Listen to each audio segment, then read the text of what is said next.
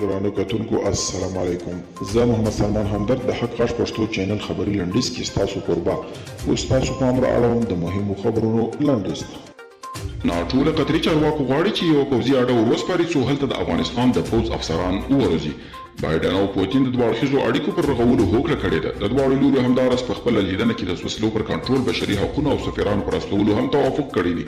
بایډن له پوتین سره تر لیدنې وروسته خبریالانو ته ویلي دي چې د روسیې پر ضد نه دي خو د امریکایانو ګټې پالي. په جلال آباد کې د کرکټ ګلبهار اکاډمي فعاله شوه. په جلال آباد ښار کې د ګلبهار په نوم د کرکټ یوه معیاري اکاډمي جوړه او ګټه اخیستنې ته وسپارل شوه. دغه اکاډمۍ چې د کرکټ بورډ د مسؤلانو او د کرکټ یو شمېر لوبغاړو لخوا پرانیستل شو، د جلال آباد ښار ختیځ کې د اکرام قریشي په نوم د یوه سوداګر لخوا جوړه شوې او چیک جمهوریت د افغان ځواکونو روزنې د ژمنه کړې ده. د راپورونو له مخې له افغانستان چیک ته تللي پلاوي ویلي چې د چیک جمهوریت له لوړپوړي چارواکو سره یې کتلي دي او پر بیلو مهمو مسایلو یې خبرې کړي دي.